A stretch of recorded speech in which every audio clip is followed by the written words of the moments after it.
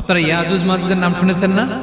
নূহ আলাইহিস সালামের 4 সন্তান ছিল, হাম, সাম, ইয়াফাস, কানাআন। এই ইয়াফাসের বংশধর হচ্ছে ইয়াজুজ মাজুজ। জঙ্গলি হাজার হাজার শুধু বংশ বিস্তার করে।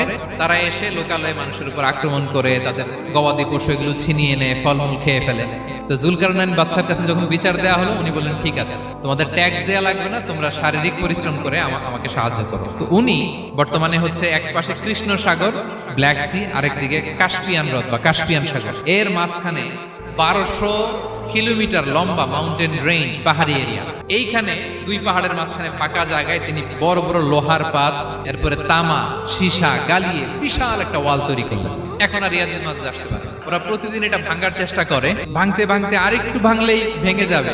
ওরা বলে আগামীকাল ভেঙে ফেলবো, ইনশাল্লাহ বলতে ভুলে যায়। কিয়ামতের আগ দিয়ে ওদের মধ্যে এই ইনশাআল্লাহর প্রেরণা আসবে। তাদের একজন বলে উঠবে, আগামীকাল ইনশাল্লাহ আমরা এটা ভেঙে খান খান করে দেবো।